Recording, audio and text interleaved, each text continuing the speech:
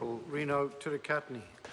Thank you, Mr. Chair. It's a pleasure to take a brief call on the committee stage of the Greater Christchurch Regeneration Bill. And can I acknowledge the Minister for clarifying how the amendments will be empowering the locals more, or giving locals more of an opportunity to take part in the important plan-making processes and regeneration developments that will be happening for the great city of Christchurch. And I'm very proud to be a representative member for the Christchurch area. And sir, I do want to acknowledge all of the work that all the cross parties, in particular the Minister, has afforded all members in progressing the bill to this point and incorporating and addressing a lot of the concerns that have been raised. Sir, I want to take offer a slightly different angle, I guess, to the debate thus far, and I really want to focus on the clauses in part one that relate to the interests of Ngāi Tahu, Te Rūnanga o Ngāi Tahu. And sir, obviously, you know, I am proud Ngāi Tahu. It's part of my whakapapa, and indeed that's a huge part of the constituency that I represent in Te Tai Tonga.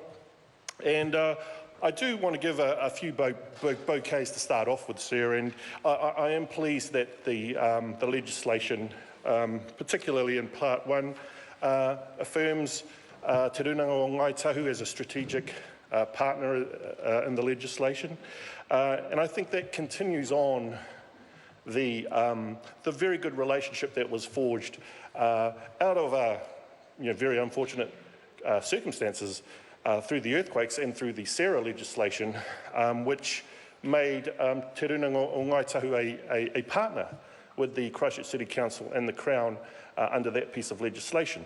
And so, sir, it is commendable that Te Rūnanga o Ngāi Tahu is a strategic partner, but I do lament, sir, that the legislation wasn't able to go that step further and insert a treaty clause which made it incumbent upon, place some obligations on this new hybrid entity, which is a Crown local government type entity. And sir, I know Ms. Eugenie Sage mentioned in her contribution before that this was a model piece of legislation for regeneration, and indeed that it is.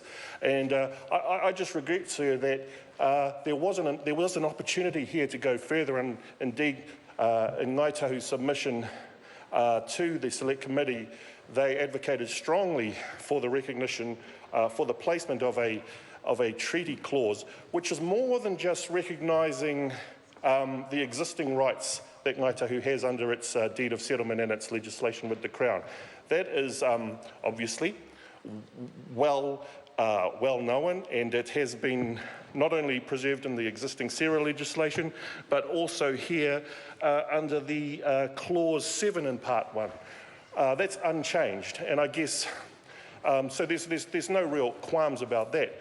But what we could have achieved through this piece of legislation, sir, is placing more distinct obligations around a partnership which includes this new hybrid organisation, which can stem and can flow over through to the obligations of local authorities in terms of recognition of mana whenua. And rather than just leaving it to the operational level, have some high-level guidance, have some high-level obligations imposed in the legislation to ensure that, that's the importance of the Crown partnership, that's the importance of the treaty relationship as obligations are devolved back to local government. So I do regret, sir, that the Select Committee didn't see the need to go that far. Because what we see now, sir, is that Ngāi Tahu has a very, very strong relationship with the Crown.